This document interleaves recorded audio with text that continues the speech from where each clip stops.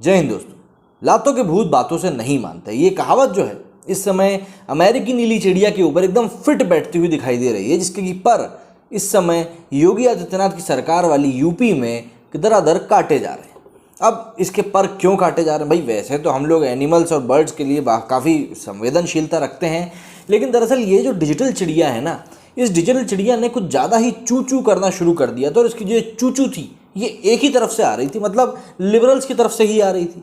और इसकी जो चू चू थी ये परेशान करने लगी थी उन सही लोगों को जो कि देश हित के बारे में सोचने लगे हैं। भाई आप खुद सोचिए ना, चाहे वो टूल किट को मैनिपुलेटेड टैग देने वाली बात हो, या फिर कैपिटल हिल को एक क्या कहना चाहिए हिंसा ना दिखाने वाली बात हो, और ट्रम्प की आवाज़ को दबाने वाली बात हो, और फिर 26 जनवरी को जो लाल किले के ऊपर हुआ उसके ऊपर एक्शन लेने में ढिलाई वाली बात हो। कोई एक एग्जाम्पल नहीं है, एग्जाम्पल्स के ढेर लगे पड़े हैं कि ट्विटर ने आखिर क्या किया है। लेकिन पूरे देश के अंदर एक ही सवाल उठ रहा था कि अगर ट्विटर वाकई में इतना ज़्यादा घटिया रणनीति के साथ आगे बढ़ रहा है तो फिर इसके खिलाफ कोई बड़ा ठोस कदम क्यों नहीं उठाया जा रहा? जब सरकार पूर्ण बहुमत से मौजूद है, क्यों आखिर ऐसा हो रहा है कोई बड़ा कदम नहीं उठाया जा रहा? हालांकि ये चीज़ें तब तक हो रही थी जब तक पूरा पाला मोदी जी के पक्ष में था, लेकिन अब जैसे ही गाजियाबाद के लोनी क्षेत्र का मामला हुआ जिसमें कि एक बूढ़े शख्स की दाढ़ी काटी गई और ये कहा गया कि भाई उनसे जय श्री राम बुलवाया जा रहा था, उन्होंने जब वो नहीं बोला तो उनकी पिटाई कर दी गई। मतलब इस पूरे एक नॉन कम्युनल मामले को कम्युनल एंगल देकर पेश करने की कोशिश की गई। अब योगी सरकार तो देखिए इन चीज़ों को लेकर वैसे ही बहुत ज़्यादा अलर्ट रहती है, मतलब इन चीज़ों की तरफ वो बहुत ज़्यादा ध्यान देती है, क्योंकि यही चीज़ें होती हैं जो कि एकदम से माहौल बिगाड़ देती हैं और फिर लड़ाई झगड़े होते हैं।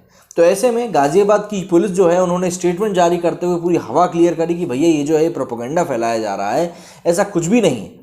लेकिन सबसे बड़ा सवाल ये उठ गया कि भाई जब पुलिस ने भी इस चीज़ को क्लियर कर दिया, उसके बाद भी ट्विटर ने उन चीज़ों को, उन सामग्रियों को, उन ट्वीट्स को क्यों नहीं हटाया जो कि ऐसे लोगों ने डाले थे जो कि फेक न्यूज़ को फैलाना चाह रहे थे, जिनके की नाम एफआईआर में दर्ज भी किए गए। उसमें ट्विटर का भी नाम है और ट्विटर के जो इंडिया एमडी है मनीष महेश्वरी, उनको भी पूछताछ के लिए बुलाया गया। तो ऐसे में सबसे बड़ा सवाल यही उठ रहा था कि भाई आखिर ये चिड़िया कितना उड़ने वाली है? इसके परों को कतरा जाने की बहुत ज़्यादा आवश्यकता थी।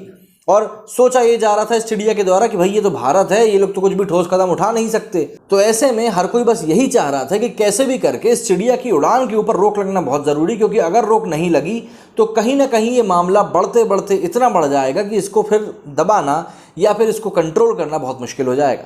लेकिन अब योगी सरकार ने जो तुरंत कार्रवाइयाँ करी है, जिस प्रकार से ट्विटर के खिलाफ एफआईआर डली और उसकी जो इम्यूनिटी थी वो थोड़ी सी वीक होती हुई दिखाई देने लगी यहाँ पर, उसके बाद अब ट्विटर ने ये कदम उठाते हुए 50 के करीब ट्वीट्स को डिलीट किया है जो कि इस मामले से जुड़े हुए थे। इस मामले में ट्विटर की तरफ से बात भी आई कि भाई एक सरकार की तरफ से 17 तारीख को अनुरोध आया था कि इस प्रकार के ट्वीट्स को हटाया जाए जो कि कम्युनल वायलेंस को बढ़ाने का काम कर सकते हैं, तो हमने वो किया है। इस तरह की पूरी बातें करके स्पष्ट भी किया गया। उम्मीद करता हूं कि आप तक ये जानकारी पहुंच गई होगी। अगर आपका इस बारे में कुछ कहना है तो मुझे यहाँ पर कमेंट करके ज़रूर बताएं। जय हिंद, जय भारत।